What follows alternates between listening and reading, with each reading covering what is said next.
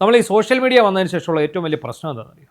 ഈ നാട്ടിലായിട്ടുള്ള കുറ്റവാളികളും ക്രിമിനലുകളും അതുപോലെ എന്ത് സമൂഹത്തിന് ദോഷകരമായിട്ട് ചെയ്യുന്നു ഇവരെയൊക്കെ സപ്പോർട്ട് ചെയ്യാൻ ആൾക്കാർ ഒന്നൊന്നായിട്ട് രംഗത്ത് വരുന്നു എന്നുള്ളതാണ് ഒരു കാഴ്ച. നമ്മളിവിടെ നമുക്ക് സോഷ്യൽ മീഡിയ മാത്രമല്ല, നമ്മുടെ ഫോണിൻ്റെ കാര്യം നമുക്ക് പറയാമല്ലോ. കഴിഞ്ഞ ദിവസം ഇവിടെ ഒരു ഫോൺ വന്നിരുന്നു. കഴിഞ്ഞ ദിവസം ഒരു 16 വയസ്സുള്ള പെൺകുട്ടി രാത്രി വീട് വിട്ടുപോയ അത് ബന്ധപ്പെട്ടുള്ള വിഷയങ്ങൾ നമ്മൾ കൊടുത്തിരുന്നു. വേറെ ആൾ വിളിച്ചിട്ട് പറയുകയാണ്, ഞാൻ കുറച്ച് കാര്യങ്ങൾ പറഞ്ഞുതരാം, നിങ്ങൾക്കത് വാർത്ത കൊടുക്കാമെന്ന് ചോദിച്ചിട്ട് ഈ പെൺകുട്ടിയെക്കുറിച്ച് വളരെ മോശമായ രീതിയിൽ സംസാരിക്കുകയാണ്.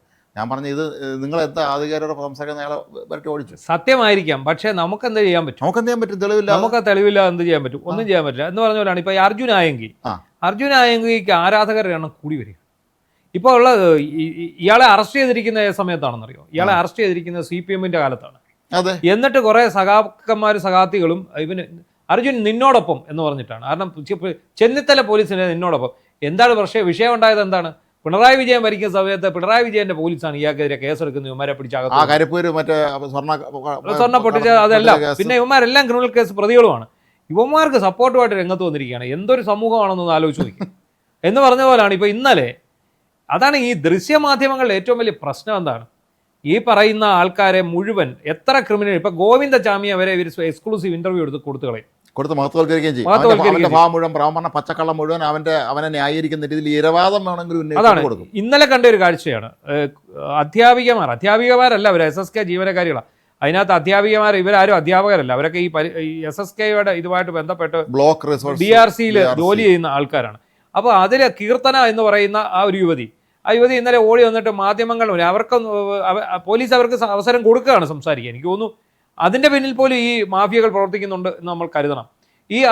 ഇവർ വന്ന് മീഡിയാസിന് മുമ്പ് പറയും, എനിക്ക് ഈ വിഷയമായിട്ട് യാതൊരു ബന്ധമില്ല, എന്നെ കള്ളക്കേസ് കുടിക്കുകയാണ്, പോലീസിൻ്റെ യാതൊരു തെളിവുമില്ല, ഞാൻ ലഹരി മരുന്ന് വിറ്റൊരു തെളിവില്ല, എനിക്കൊരു മകനുണ്ട്, എൻ്റെ ജീവിതം ഒരു കട്ടപ്പുകയെ, പോലീസ് എന്നെ കള്ളക്കേസ് കൊടുക്കുക. ഇവർ യാതൊരു ഉളുപ്പുമില്ലാതെ പറയുകയാണ്. അപ്പോൾ എന്ത് പറ്റുന്നു?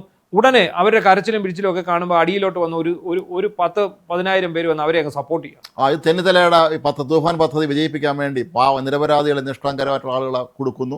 അത് ഇവർക്ക് ഇടതുപക്ഷ ബന്ധം ഉണ്ടായിരുന്നവരാണല്ലോ. അതുകൊണ്ട് അവരെ തെരഞ്ഞുപിടിച്ച് കണ്ടുപിടിച്ച് കൊണ്ടുവന്ന് കേസിൽ കുറുക്കുമെന്ന് പറഞ്ഞ് വാൻ പിന്തുണയാണ്. കാരണം നമുക്കറിയാം, ഈ ഇടതുപക്ഷം ഭരിച്ച 10 വർഷം കൊണ്ടാണ് കേരളം മയക്കുമരുന്നിന്റെ ഹബ്ബായി മാറിയത്.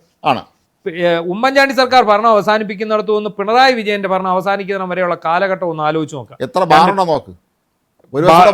ബാറുകൾ മാത്രമല്ലല്ലോ, നമ്മളിവിടെ പിടികൂടിയ ഈ രാസലഹരി അതിന്റെ ഒരു അളവ് എത്രത്തോളം വലുതാണ്. ഇതിനകത്ത് കൂടുതലും ആരാണ്? ഇവരുടെ ഈ പാർട്ടി അണികളാണ്, പോഷക സംഘടനാ ഭാരവാഹികളൊക്കെ തന്നെയാണ് ഇതിനകത്തുള്ളത്. അപ്പോൾ ഒന്ന് ആലോചിച്ച് നോക്ക്, ഇങ്ങനെയുള്ള ഒരു സിറ്റുവേഷനിലാണ് കേരളം കടന്നു പോകുന്നത്.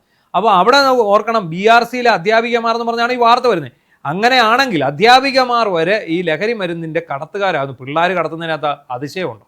അല്ല, മാത്രമല്ല ഇപ്പോൾ ഉയർന്നതിന്റെ സംശയം, ഈ കുട്ടികളെ തന്നെ ഇവർ കാരിയേഴ്സ് ആക്കിയിട്ടുണ്ടോ, വിദ്യാർത്ഥിനികളെ കൊണ്ട് ഇതിനെ ഉപയോഗിച്ചിട്ടുണ്ടോ എന്നൊക്കെയുള്ള സംശയങ്ങൾ സ്വാഭാവികമായിട്ട് ഉയരുന്നുണ്ട്. ഇവർ പഠിപ്പിച്ച സ്ഥലങ്ങളിൽ ഒരുപാട് സ്ഥലങ്ങളിൽ പഠിപ്പിച്ചു, സ്ഥിരം ജീവനക്കാരല്ലല്ലോ, ഇവർ പല സ്ഥലങ്ങളിലും പോയി പഠിപ്പിക്കുന്നവരാണ്. അതുകൊണ്ട് തന്നെ ഇവർ വ്യാപകമായി ഇത്തരത്തിലുള്ള കച്ചവടം നടത്താൻ ഈ കുട്ടികളെ പാവങ്ങളെ ഉപയോഗിച്ചിരുന്നോ സംശയിക്കേണ്ടി. അല്ലെ, ഇപ്പൊ ഇതിനകത്ത് വന്നിരിക്കുന്ന ഏറ്റവും അവസാനമായിട്ട് വന്നിരിക്കുന്ന ഒരു സംഭവം, ഇവരുടെ അക്കൗണ്ട്സ് വിവരങ്ങൾ പോലീസ് പുറത്തുവിട്ടിട്ടുണ്ട്. ഇവർ പറഞ്ഞ ഇവരെ മൈനസ് അക്കൗണ്ട് ആണ് എന്നാണ് പറഞ്ഞത്. ഇവർക്ക് 10,000 രൂപയ്ക്ക് ഇവർ ജോലി ചെയ്യായിരുന്നു, ബാക്കി കാശിന് ഇവർ ഇത് നടത്തുകയായിരുന്നു, ലഹരി മരുന്ന് കച്ചവടം നടത്തുക.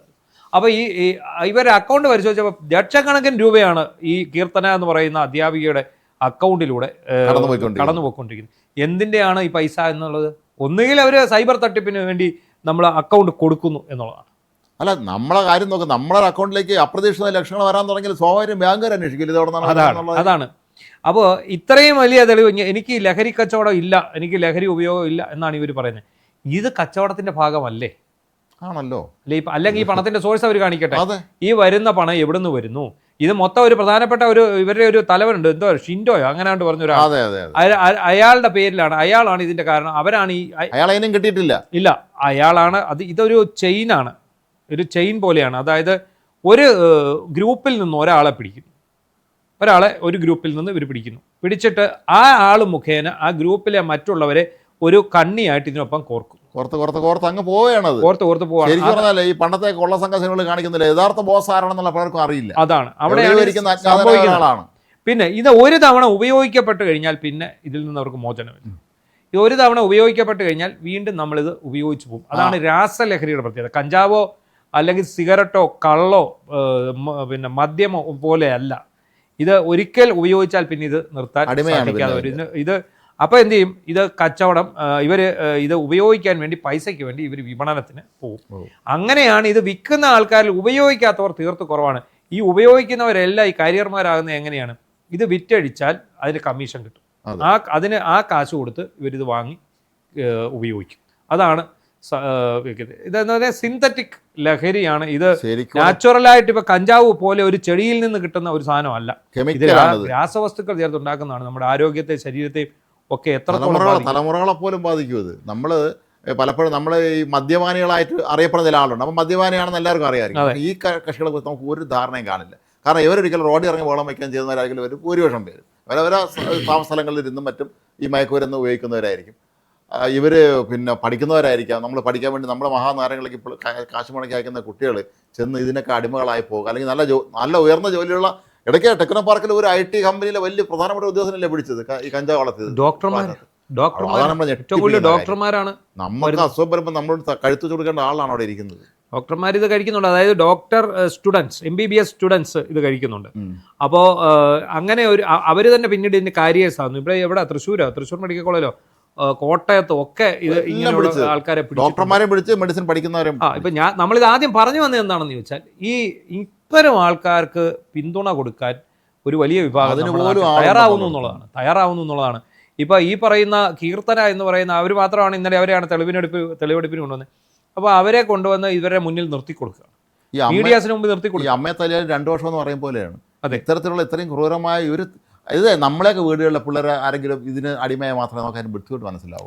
അത് വല്ലവരുടെ മക്കൾക്ക് സംഭവിക്കണ കുറിച്ച് വെളിയിൽ നിന്നുകൊണ്ട് പറയാമോ ഇതൊക്കെ വലിയ സംഭവമാണ്, ഇത് അവരെയൊക്കെ വെറുതെ ഉടനെ നിരപരാധികളാണെന്നൊക്കെ പറയാൻ പറ്റും. ആ വീട്ടുകാർ അനുഭവിക്കുന്ന വേദനകൾ നമ്മൾ ശ്രദ്ധിച്ചിട്ടുണ്ട്.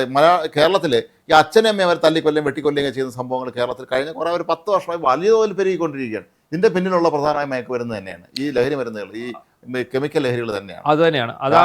അതാണ് ഇതിനകത്ത് രാസലഹരിയാണ് ഇതിനകത്ത് എല്ലാ കുഴപ്പങ്ങളും സൃഷ്ടിക്കുന്നത്.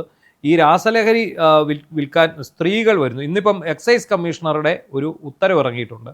ഇതുപോലെ ഈ കേസുകളിൽ പ്രതിയായിട്ടുള്ള ലഹരി മരുന്ന് കേസുകളിൽ പ്രതിയായിട്ടുള്ള സ്ത്രീകളുടെ ചിത്രങ്ങളോ വിവരങ്ങളോ പ്രദർശിപ്പിക്കുകയോ കൈമാറുകയോ ചെയ്യരുത് എന്ന് പറഞ്ഞ് ഒരു സർക്കുലർ ഇറക്കി. അപ്പോൾ അവർക്ക് ആകാം, അപ്പോൾ പുരുഷന്മാരുടെ ആകാം, സ്ത്രീകളുടെ ആകാൻ പാടില്ല. അത് എനിക്ക് തോന്നുന്നത് ഇന്നലെ ഈ യുവതി ഉണ്ടല്ലോ, ഈ കീർത്തന ഈ യുവതി വന്ന് മാധ്യമങ്ങളുടെ മുന്നിൽ നിന്ന് പറഞ്ഞതിന് അവർ വളരെ സധൈര്യമാണ് എന്ന് പറയുന്നത്. അവർ വലിയ ഉറപ്പോടു കൂടിയാണ് പറയുന്നത്. അതുകൊണ്ട് ആദ്യം മുതൽ അങ്ങനെ തന്നെയാണ്. ആദ്യവും ഇവർ പിടിച്ചോണ്ട് നമുക്ക് ഓർമ്മയുണ്ട്, അവർ വിളിച്ചു പറയുന്നുണ്ട്, എന്തൊക്കെ വിളിച്ചു പറയുന്നുണ്ട്.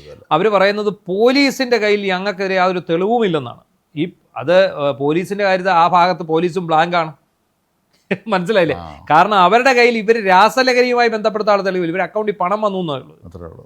അപ്പോൾ ഇവർ ലഹരി വിൽപ്പനക്കാരാണ് എന്ന് പറയണമെങ്കിൽ ഇവരിൽ നിന്ന് ലഹരി മേടിച്ച ഒരാൾ പറയണം, ഞാൻ ഇവരുടെ കയ്യിൽ നിന്ന് സ്ഥിരമായിട്ട് ലഹരി മേടിക്കുന്ന ആളാണ്, എൻ്റെ ലഹരി തീരുമ്പോൾ ഞാൻ ഇവരുടെ കയ്യിൽ നിന്നാണ് വാങ്ങുന്നത്. പക്ഷേ ഇവരെ ഈ പറയുന്ന ഇപ്പോൾ ഈ മറ്റേ സാമ്പത്തിക കുറ്റകൃത്യം ഉണ്ടല്ലോ, അതായത് സൈബർ